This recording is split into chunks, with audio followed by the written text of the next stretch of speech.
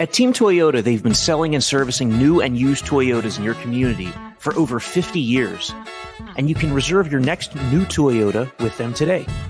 You'll get a realistic timeline, and even in this crazy market, they won't charge you over MSRP. Or don't wait at all. With over 75 certified Toyotas, including a bunch of RAV4 and Highlanders, you can drive one home today. And you can always trust them to maintain your current vehicle. Their service and collision centers are high-tech, comfortable, and will save you time and money. Team Toyota can help you go anywhere you want, but they'll always be your hometown team.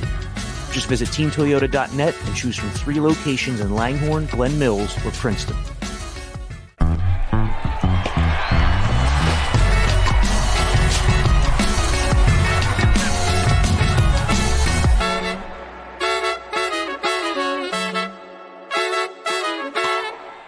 Hey folks, welcome to the Phillies Talk podcast presented by Team Toyota. I'm Corey Seidman. Opening day is right around the corner, just 10 days away as we sit here on March 20th.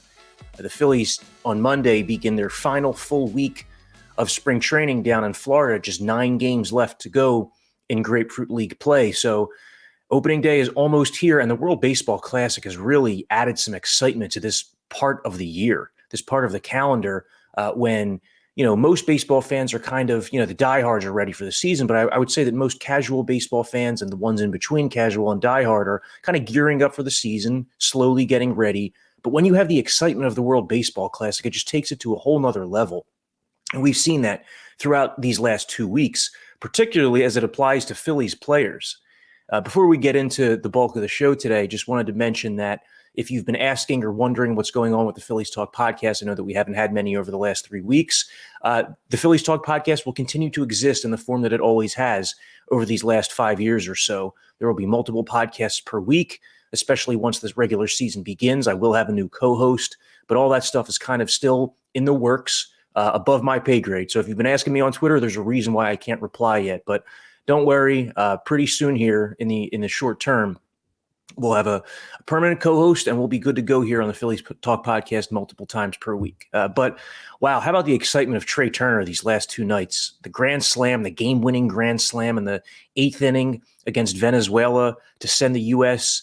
To the semifinals. And then in the semifinal against Cuba, Turner hits 2 more home runs in a 14-2 romp that sends the U.S. to the championship game. Actually, only the second time the U.S. has appeared in the World Baseball Classic Championship after winning it all in 2017, the most recent tournament.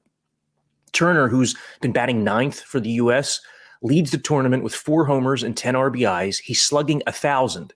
JT Realmuto is 5 for 8 with a .636 on-base percentage for USA. And Kyle Schwarber has reached base in 7 of 16 plate appearances. So all 3 Phillies that have been a part of Team USA have produced, they've thrived, and they may end up seeing one of their teammates in the championship game on Tuesday.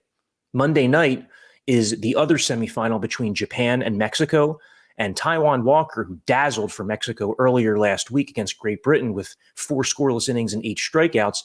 Taijuan Walker might end up starting the championship game if Mexico advances past Japan. Walker may also be needed tonight against Japan in relief after left-hander Patrick Sandoval. But in a perfect world, you would think for Mexico, they're able to save Walker for the championship game, and that would be pretty funny if he's facing three of his Phillies teammates.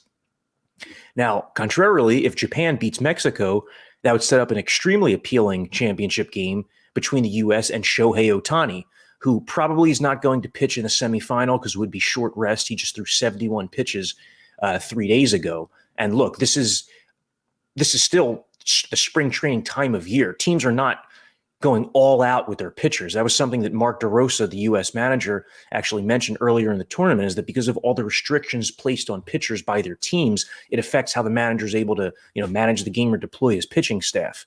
But the fact that Ohtani threw 71 pitches over 4 2/3 innings just 3 days ago, he's unlikely to pitch in the semifinal, but likely to start in the final if Japan makes it on Tuesday.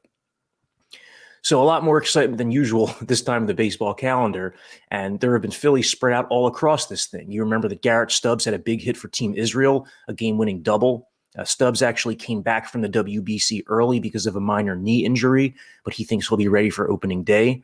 Ranger Suarez also came back from the WBC early after feeling something in his forearm after an exhibition start against the Astros back on March 8th. Now, it sounds like Suarez will be in the Phillies rotation the first week of the regular season, but we should expect to see him limited somewhat. He hasn't been fully stretched out. So his first start, it might only be 2 1/3 innings. It might be 3 innings, something like that, as the Phillies get him prepared for that full workload, of a 32 start season. Catch all the sports action and more at Rivers Casino Philadelphia. Whether it's the money line or the pass line, there's something for everyone, including a great sports book. Rivers Casino Philadelphia. Philly loves a winner. Gambling problem? Call 1-800-GAMBLER. But the rotation, that's been a big topic over the last 10 days, 2 weeks of Phillies camp. Really ever since the news came out in early March that Andrew Painter was dealing with that sprain in his right elbow. Obviously, when camp began, the Andrew Painter versus Bailey Falter battle for the fifth starter was maybe the top storyline of camp. There's the big picture storyline of how far the Phillies can go and these new faces in the clubhouse. But beyond that, fans were intrigued by the possibility of this 19-year-old top prospect cracking the big league rotation on opening day. Painter had a chance to be the first player from his draft class, high school or college, to debut in the majors. But his debut is going to be delayed by at least a few months because he's dealing with that sprain in his right elbow. Painter won't pick up a baseball until the first few days of April at least. But it sounds like the Phillies expect him to be back at some point in 2023, and they expect Painter to be able to contribute at the big league level at some point in 2023. There have been instances where rest and rehab has worked for a UCL sprain. Now, that is the ligament, the ulnar collateral ligament that's associated with Tommy John surgery. When a pitcher has Tommy John surgery, that's the ligament that's being repaired. But surgical intervention is not always required. Usually it's required, but there have been instances such as Masahiro Tanaka pitching for years, carrying heavy workloads for years after rehabbing a UCL sprain via rest. Aaron Nola, the one season that he missed significant time in the second half of the season when he was shut down with a similar elbow issue, rest and recuperation enabled him the next season to come out, be ready for opening day, and he hasn't looked back since. Nola's carried the biggest workload in all of baseball over the last 5 years. So while it's not always the case that a pitcher can get through an elbow sprain or strain like this without surgery, it does happen. And that's what the Phillies are hoping happens in 2023, that Painter can come back here within a couple of months and, within a couple of months be on a big league mound, delivering the type of innings that they hope they got early in the season. And, to that effect, if everything works out with Painter, if he is back, if he is pitching for the Phillies by, say, June or July, it could turn out in some ways to be a blessing in disguise because they were going to have to preserve his innings count either way. So if he made the big league rotation out on opening day, Andrew Painter, they're not having him go 5-6 innings, 30 plus starts. That's just not how teams use their pitchers. Painter's career high workload was last season when he pitched, I think it was 104 2/3 innings. So it would have been unrealistic to expect him to throw like 150 innings this year. I don't think that or 180 innings. I don't think the Phillies were ready to get him to that level just yet, because you also want the guy ideally to be able to help you in October, even if it's in a short burst relief stint. But the Painter injury, it put Bailey Falter in the driver's seat to win a rotation job. The Phillies have not said that Falter's won a rotation job yet, but it's pretty obvious just when you look at the remaining players, the number of seats that have to be filled, and who's on the 40-man roster. So the Phillies have Aaron Nola, Zach Wheeler, Taijuan Walker, who should be good to go. Then Ranger Suarez, who appears like he'll be good to go the first week of the season, albeit in a limited fashion. Then beyond them, you're looking at Bailey Falter, who seems to have that number 5 spot. The only real depth option behind those 5 guys is left-hander Michael Plasmeyer, who was acquired in a small trade in the middle of last season, ended up pitching pretty effectively for the Phillies down the stretch. He had an ERA in the 2s in 16 starts at AAA for the Phils down the stretch, and then he ended up pitching in game 162 for the Phillies last season. 6 innings of relief against the Astros, allowed just 3 runs. And he has started out spring training hot. He had pitched 7 scoreless innings to begin camp. More of like a finesse guy who relies on pinpoint command is Plasmeyer, but he's turning out to be a pretty important depth piece for the Phillies. He's on the 40-man roster, and some of these other options that were quote unquote in play for the Phillies rotation going into camp just haven't materialized. Mick Abel and Griff McGarry have already been reassigned to minor league camp, although Abel was brought back the other day to pitch because the Phillies just needed some healthy arms. But Abel and McGarry had already been reassigned. Christopher Sanchez, who's been talked about as being a candidate in that fifth starters battle, has barely pitched in camp. He was slowed early by a back injury and most recently by a hamstring injury. He hasn't pitched more than an inning yet, so he's not stretched out. So he's not a realistic component of that battle. I would think the Phillies are going to try to get Sanchez back stretched out and starting at AAA so that he's able to provide depth as the season wears on. But right now it does not look like an option. And then the other guy is Nick Nelson, the Phillies' long reliever last season, who started the first game of spring training this year, went an inning. Nelson hasn't been stretched out either. And right now he's dealing with a hamstring injury of his own. He's not going to be ready for opening day. So that means that beyond the Phillies' core five right now, there's Michael Plasmeyer and really not much else. I think that if the Phillies were to suffer another injury in their starting rotation, they're going to have to look externally for help. And when I say externally, there's like nothing left in free agency. I mean, you have pitchers who really struggled last year, like veteran pitchers in their early to mid 30s who struggled last year, like a Chris Archer or a Dylan Bundy. But, beyond that, you'd be looking at guys in other teams' camps who have opt-out clauses if they don't make the team toward the end of spring training. From a starting pitching standpoint, there's nobody that automatically jumps out because of how protective teams are over pitching. That's more so an avenue where you could see the Phillies figure out the end of their bench if they decide that a right-handed hitting center fielder is just absolutely necessary to the opening day roster, and they decide that Dalton Guthrie or Scott Kingery is not going to be able to effectively fill that role. Then maybe you see the Phillies go out and explore picking up like a Jake Marisnick if he gets let go by the White Sox, if he's not going to make their team. So something to keep an eye on at the back end of the bench as well. But we're not even to the week of opening day yet, and the Phillies are already being tested. Their depth is already being tested in the starting rotation. Because beyond the current injuries they're dealing with, keep in mind, Aaron Nola, last 5 years, leads all of Major League Baseball in innings pitched. Zach Wheeler, last 5 years, is fourth in all of Major League Baseball in innings pitched. Wheeler 2 seasons ago led all of baseball in innings with 213 and a third. Then last season, he missed a month late in the year, but because of the Phillies' long playoff run, he ended up throwing 190 innings. So every year, every full season since dating back to 2018 at this point, Zach Wheeler has pitched 180 or more innings. These guys are both getting older, Nola and Wheeler. I mean, what's the likelihood that they both make 32 starts? They both pitch 200 plus innings this year, coming off of long playoff runs, coming into a season where the Phillies expect to go deep and want those two to be sharp and effective come mid-October, late October. We saw late last season that Wheeler felt fatigued down the stretch. Certainly had to be somewhat a result of all the heavy workloads he's carried in recent years. The guy's averaged like 6 1/3 innings per start in 69 starts with the Phillies since joining them prior to 2020. So you have those two workhorses in Nola and Wheeler that you have to hope just stay on track, stay healthy throughout the season. But when you look at things that can derail a team's championship expectations, pitching injuries is right toward the top of the list. I mean, look no further than what's happening with the New York Mets right now. The Mets went out, spent all that money this offseason. They have this rotation that's built around Scherzer and Verlander. They have superstars, up and down the roster, high-paid players all throughout the lineup. They re-signed their closer, Edwin Diaz, who's arguably the best closer in all of baseball right now. And Diaz has that freak injury in Puerto Rico's celebration during the World Baseball Classic.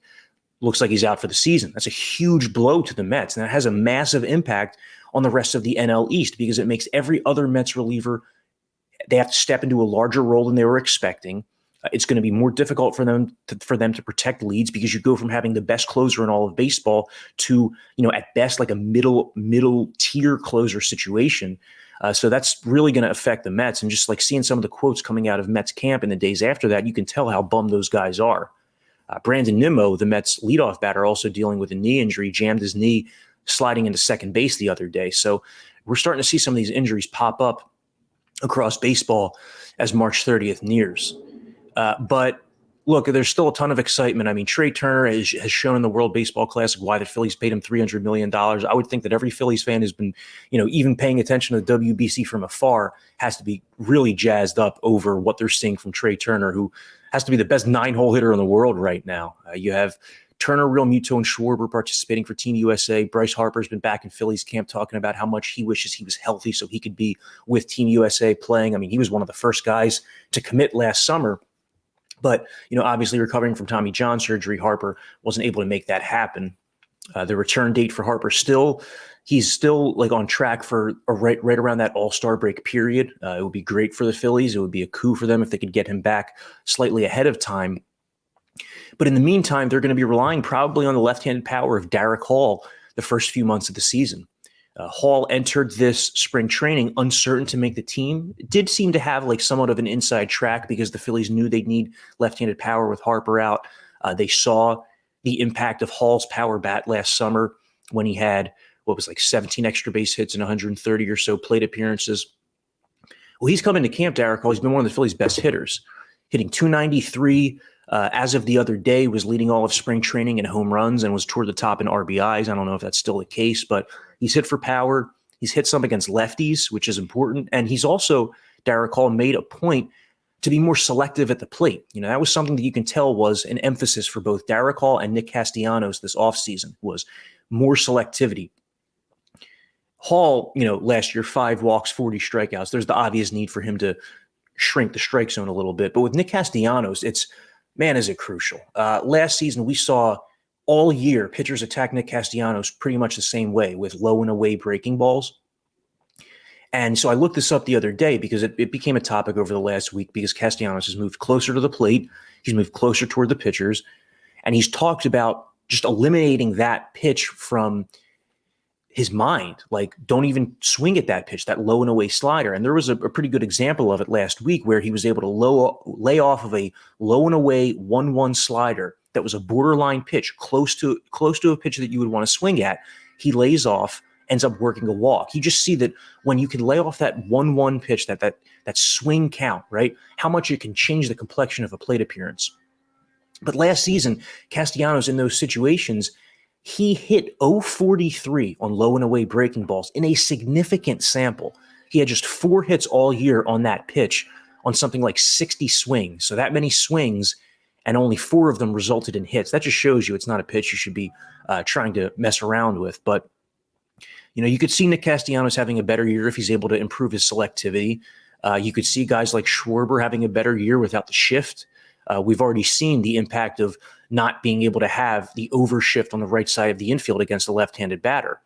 However, I do still think that with the pull-happy left-handed hitters like a Schwarber, you could see some teams bring in a fifth infielder from the outfield and then go with a 2-man outfield. Now, obviously, they'd be potentially hurting themselves defensively because they'd have just 2, a left center fielder and a right center fielder. So an extra base hit could be more damaging than ordinarily. But, I think that as the season goes on, teams are going to see that it's still worth bringing in that extra outfielder against the pull-happy lefties. But those are all conversations that we're going to be having all throughout the season. For now, 9 games left of Phillies spring training.